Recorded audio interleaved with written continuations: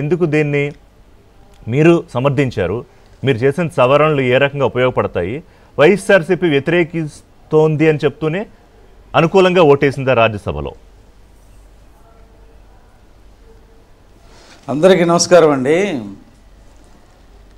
ఈ చట్టంలో ఒక 4 అభ్యంతరకరమైనటువంటి అంశాలు ఉన్నాయనేది మా అధినాయకుడు చంద్రబాబు నాయుడు గారి దృష్టికి రావటం, ఆయన దానిని చాలా ముస్లిం పెద్దలతో కానీ, టీడీపీలో ఉన్నటువంటి ముస్లిం నాయకులతో కానీ, ఎంపీలతో కానీ, అట్లాగే కేంద్రంలో ఉన్నటువంటి ఎన్డీఏ పక్షాలతో కూడా మాట్లాడి దాదాపు ఒక 3 అయితే అందులో నుంచి సవరణలు తీసుకురావడం జరిగింది. 4వది ఏంటంటే ముస్లిమేతరులు వక్ఫ్ బోర్డులో ఉండటానికి వీల్లేదు అనేది ఇక్కడ ప్రధానమైనటువంటి అంశం. దీనిని తీసేయాలి అని కూడా చంద్రబాబు నాయుడు గారు అడగటం జరిగింది.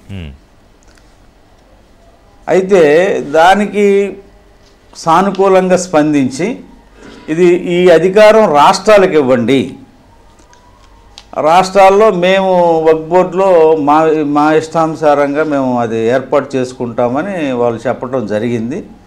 దానికి వాళ్ళు సూత్రప్రాయంగా కూడా అంగీకరించడం జరిగింది. ఇక్కడ ఏంటంటే ఈ ఎపిసోడ్లో మొత్తం కూడా చంద్రబాబు నాయుడు గారు దాదాపు 2 రోజుల పాటు రాత్రి 3 గంటల వరకు ఉండి ముస్లిం మనోభావాలు దెబ్బతినకూడదనేటువంటి ఆలోచనతో వారు చేసినటువంటి ప్రయత్నానికి మరి ముస్లిం సమాజం వారికి ధన్యవాదాలు తెలియజేస్తూ ఉందండి. ఇక్కడ ఒకటే ముస్లిం సమాజానికి నేను ఈ సందర్భంగా చెప్పదలుచుకుంది ఏంటంటే, ఆంధ్రప్రదేశ్లో ముస్లింల అభివృద్ధే తెలుగుదేశంతో మొదలైందండి. ఆనాడు ఎన్టీ రామారావు గారు ముఖ్యమంత్రిగా ఉన్న దగ్గర నుంచి ముస్లింలు ఆర్థికంగా బలోపేతం చేయడానికి మైనార్టీ కార్పొరేషన్ తీసుకొచ్చిన, అప్పటి వరకు వక్ఫ్ బోర్డుకి ఏ మసీదుకి కానీ ఏ కబరస్థానికి కానీ డబ్బులు ఇచ్చేటువంటి రూల్ లేనటువంటి నేపథ్యంలో వక్ఫ్ బోర్డు ద్వారాగా వక్ఫ్ బోర్డుకు ఉన్నటువంటి ఆదాయంలో ఇవి బాగు చేయొచ్చు, వీటికి డబ్బులు ఇవ్వచ్చు అని చట్టాన్ని తీసుకొచ్చిందే తెలుగుదేశం ప్రభుత్వం. అంటే వాళ్ళని అడ్రస్ చేసిందే మొట్టమొదటి నుంచి కూడా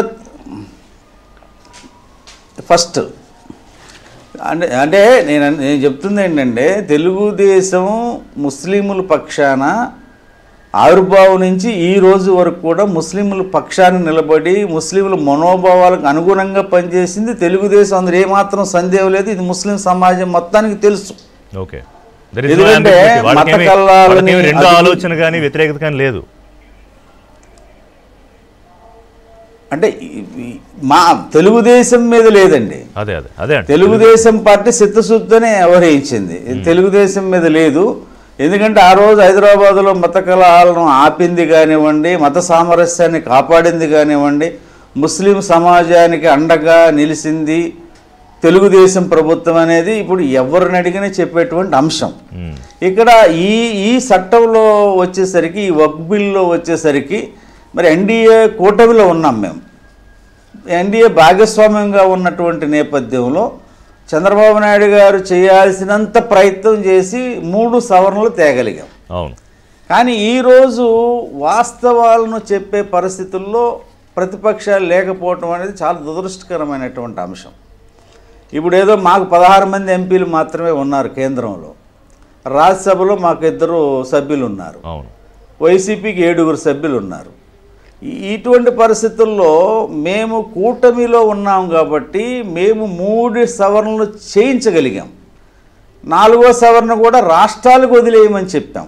ఇవాళ ప్రధానమైనటువంటి అంశం ఏంటంటే, వక్ఫ్ బోర్డులో ముస్లిం ఇతరులు ఉండటం ఏంటనేది ముస్లిం సమాజం ఆలోచన చేస్తున్నటువంటి ఈ నేపథ్యంలో అది కూడా ఉండకూడదని చెప్పింది తెలుగుదేశం, అది ఉండటానికి వీల్లేదని చెప్పింది తెలుగుదేశం. కాబట్టి దానికి సానుకూలంగా స్పందన వచ్చింది. రాష్ట్రంలో ఉన్నటువంటి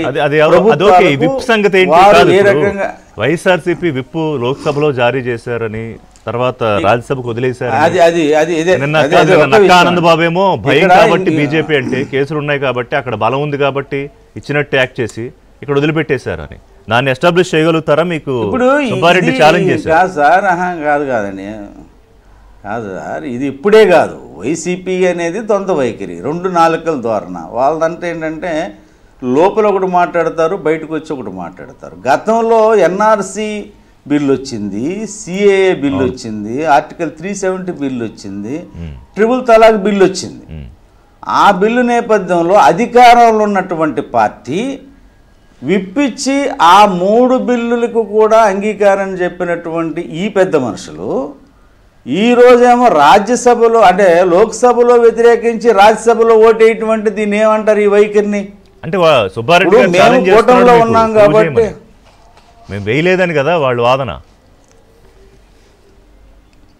ఏమండి, రాజ్యసభలో ఉన్నటువంటి వాళ్ళకి కానీ రాజ్యసభలో ఎవరి బలం ఎంత ఉంది, ఎన్ని ఓట్లు వచ్చినాయి అనేది లెక్క ఉంది కదా. వీళ్ళు మేము వేయలేదంటానికి కుదరదు కదా.